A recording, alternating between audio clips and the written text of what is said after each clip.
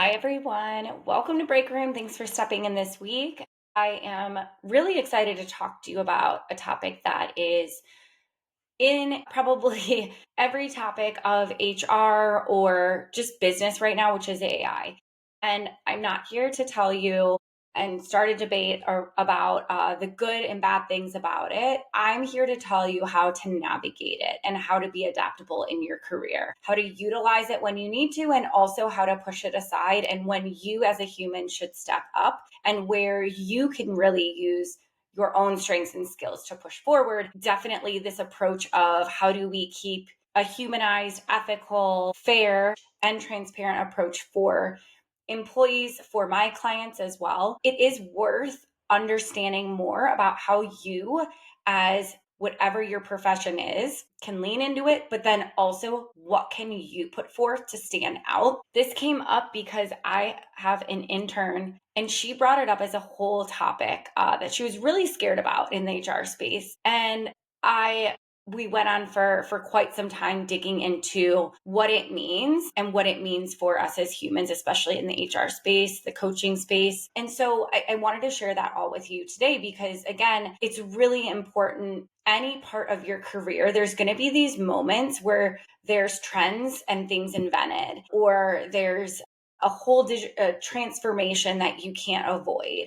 And these are things in our society that we just need to learn how to navigate, but also how to find who we are and really develop within this new kind of transformational period that is happening all around us. Let's start with first, I'm going to walk you through job search because that is at the forefront of so much of what's happening today. Many of you are job searching. In general, job searching right now is tough. I've been working with many clients recently that are just drained and feeling not necessarily just frustrated, but also just overwhelmed and exhausted because the job search right now, you have triple the amount of applicants. I was just scrolling through some data recently and looking back at a few years ago and how much the applicant pool has just honestly exploded in just 2 years. That is the landscape we're dealing with.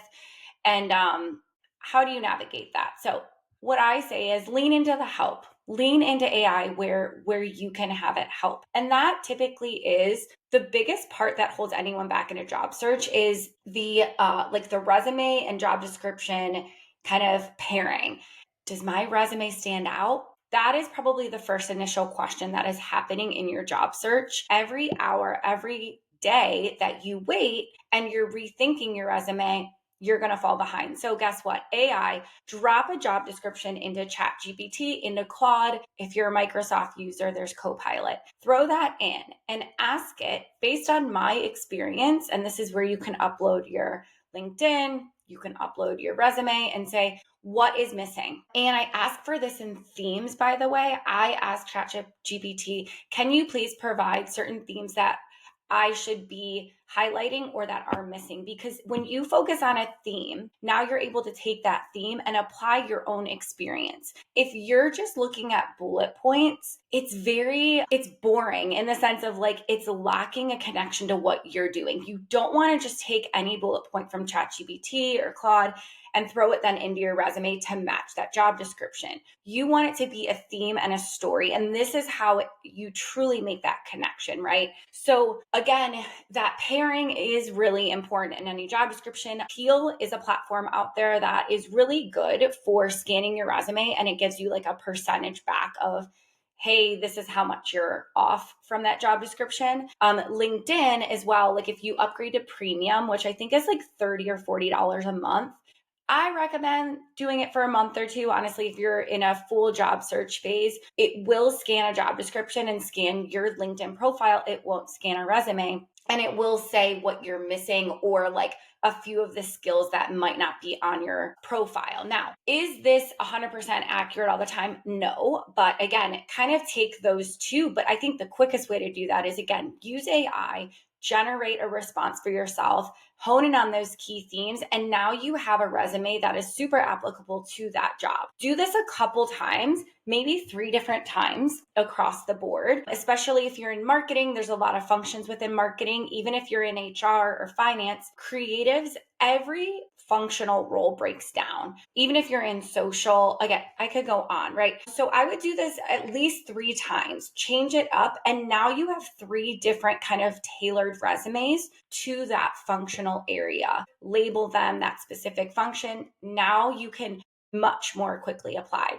Okay, another thing I would use for is keeping track of those applications. So this is where, again, you can throw in to, I think it's Teal, have it get organized for you and let you know when you apply to those, and then keep that in a tracker. Ask it to generate interview questions based on the company you're interviewing with. Now, again, AI is not going to give you exactly what the interviewer is going to ask, but it can help you prepare. The biggest thing that as you're going into an interview, people get in their head about, what am I going to be asked and how can I prepare for this? Most of the time, you don't know. And I kind of give people general questions of what we see on the market, especially in a marketing role or business role or go to market role. These are typically what people are asking, but sometimes you just don't know. So what that can do is it can generate some general questions that it sees from TikTok or wherever, and kind of generate some ideas for you so that you can just feel better prepared.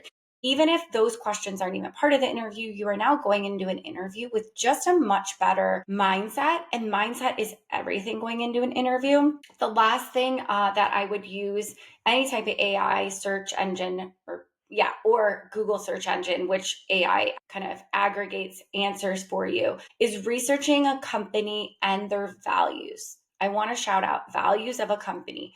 Why are values so important to a company? And digging through websites and all that can take time. Also, especially if a company's big, you're going to get lost in their websites and their social platforms, and just ask it and kind of then do research from there. Why company values are so important is because that is oftentimes how a company assesses its candidates to hire. They want to look for those values that often align with the way they do business, the way their culture's formed, all of that. So again, kind of summarizing from a job search standpoint, use it to check over and look at resumes, but don't have it create your resume and send it out. I am totally against you need that humanized approach, which we're going to get into, but definitely use it to check over and at least give you the ideas and the themes to be present on your resume, help it keep track of applications, generate those interview questions, and then research. But again, always kind of double check on the back end, whatever was kind of spit out to you, because AI does have hallucinations. Wow, can't say that word. That being said, we're going to move on to how to use AI in your career. So if you are currently at a company and you are in a role and you're like, okay, well, I'm happy in my role, but how do I stay relevant? There's a few different things you could be doing out there. There's so many trainings. Honestly, LinkedIn has some really good LinkedIn learnings that I do suggest. If you have a premium account, you can tap into those and use like an AI for strategy. Those are always good.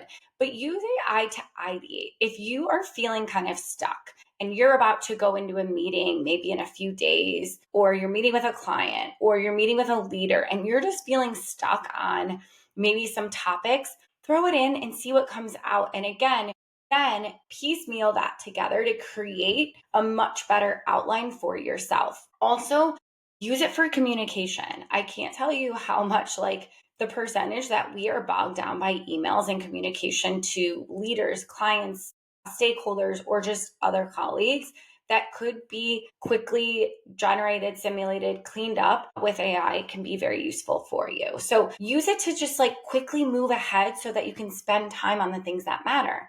The things that matter are your actual people skills, right? That's networking, that's talking to people, that is showing up for a meeting and being present. It's raising your hand in a meeting and speaking a new idea that, again, maybe you pre-looked up before the meeting to kind of help generate those ideas. But AI cannot replace you. And so please do not forget if you're using it to ideate, communicate, maybe again, kind of do some research on the back end, which is very useful. And what it's going to do, it's going to free up that time. So now you can set up time to do more of that internal networking, spend time to put that pitch deck together, spend time showing up in those leadership meetings and being super present, speaking up. And now you don't have to kind of hide behind whatever you were hiding behind because you don't feel as prepared.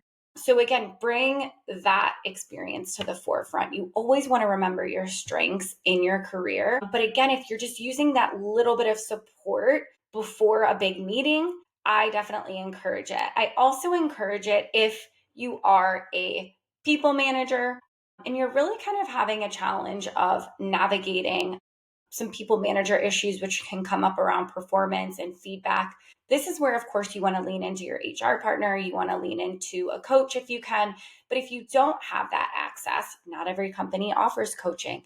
Not every company has HR to go to. So what happens? What do you do? I do definitely recommend walking through, again, different platforms, whatever you might use, to use AI to help you start to think about some of the people manager skills that you could and should, again, be learning, one, or also kind of the things and topics that you should be doing and talking through with your direct reports.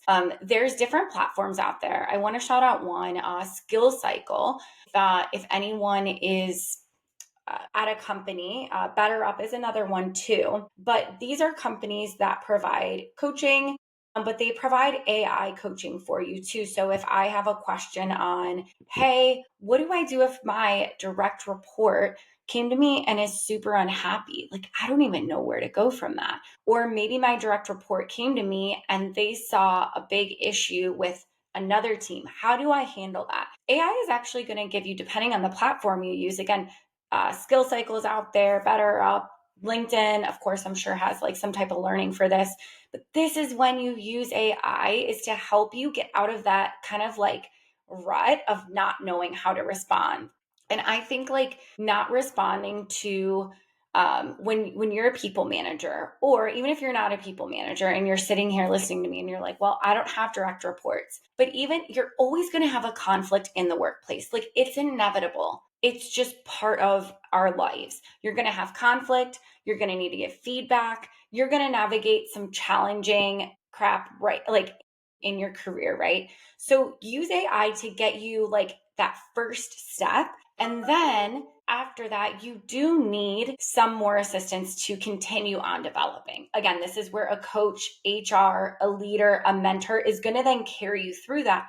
But AI can really kind of boost up some of those basic people manager skills that you might not have, or conflict resolution skills. And if you don't try to address that, and if you try to just kind of push things aside, it is going to show in your career, and people are going to look at you as that you don't have the ability to influence, the ability to lead, that you don't have maybe the skills to step forth and communicate in a productive way. There's so many things that could come up from not trying to make it through a challenging moment. So again, when to use AI. My last piece of how I want to end this is when to avoid using any type of AI when it comes to yourself, your career. And this at all times is around the people space, emotional intelligence. Please do not use AI to ask how to respond emotionally to a person, to a situation. Now, what I just gave as an example is more so around like a toolkit around the things you could do or say to get through a conflict. But that does not mean that you use AI to tap into empathy, to react, to listen. Listening is probably one of your most powerful skills in your career. That is so underrated, by the way. I know a lot of times I talk about influencing and communication, but a lot of times listening is just like the most powerful thing you can do in a room, and like really listen. Like, listen to someone's what they're not saying. Listen to someone's body language. These are really powerful tools that AI cannot replace and do. And so you cannot no matter where you're at in your career, you really need to take that emotional intelligence, that empathy, and still always bring it at the forefront. Please, please, never ever anything confidential that you don't want the world to know about, that you're working on, that is super confidential, whether it's a client, internal businesses have so much confidential information. Of course, avoid that. Also, AI cannot replace storytelling. This is such a powerful skill.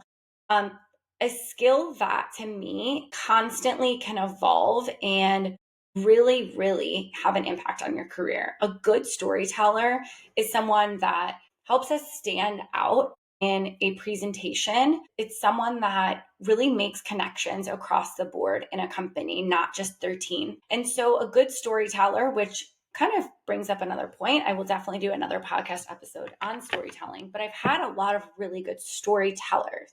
And that is what this podcast is. It is a place to take someone behind the curtains and walk them through a situation that is layered, that is challenging. A story itself is invoking emotion.